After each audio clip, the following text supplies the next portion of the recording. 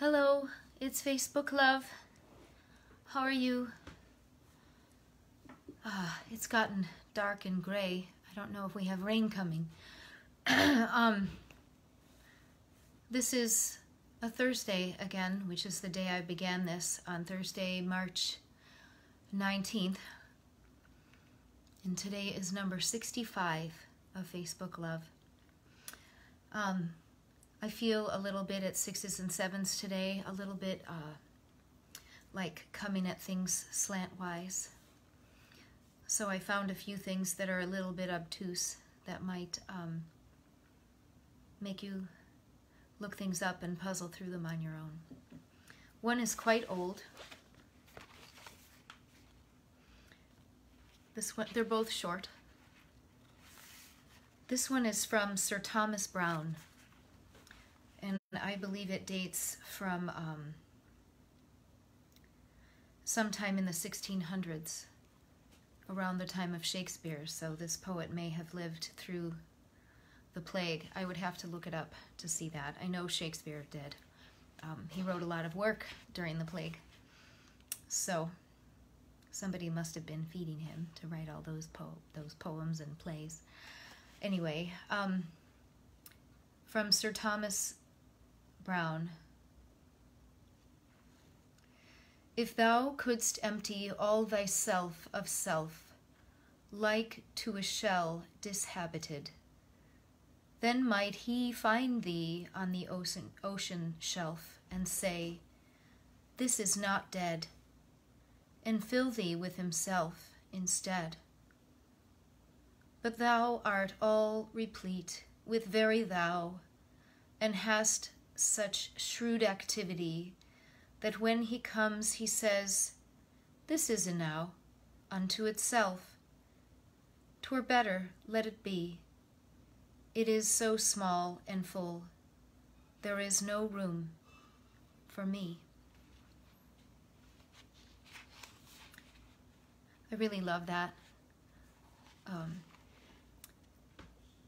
Sometimes in our culture now we think that we need to be so full of our own ideas and plans and all of our thoughts and all of everything that our identity is all something that we create. But when you leave some space inside you, there's room for mystery, there's room for the Creator. And if you are creative, that means you are full of creativity. Also, in this old-fashioned language, sometimes we think of those terms, thee and thou, etc., as being grand, but actually, if you go back in the history of English, those terms are meant to be deeply intimate. So to refer to oneself or another person, thyself, you, thou, is to be deeply intimate with that person, and sort of an implied affection. So I like that one. The other one is much newer, from a poet named Marie Howe. This one also has sort of a biblical bent.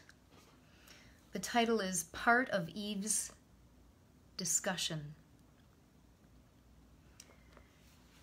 It was like the moment when a bird decides not to eat from your hand and flies.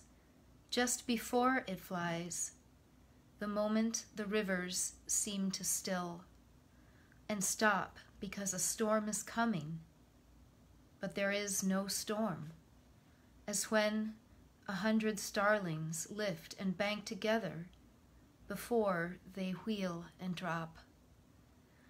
Very much like the moment driving on bad ice, when it occurs to you your car could spin just before it slowly begins to spin, like the moment just before you forgot what it was you were about to say.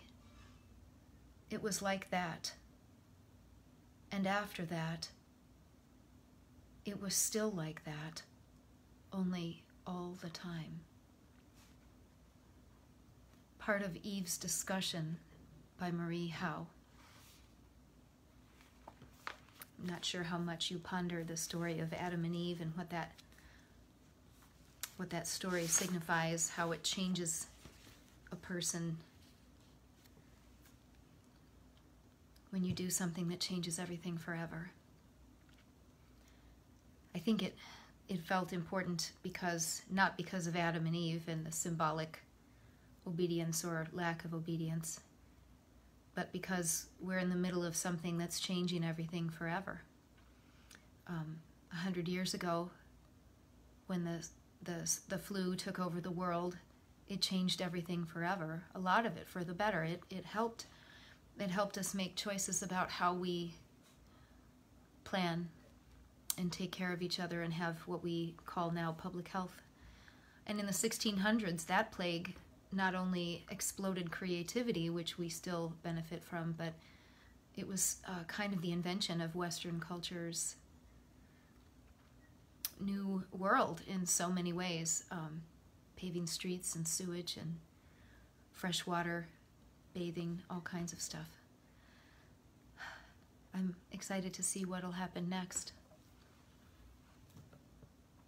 If you're getting out and about a little bit more, stay safe, wear your mask.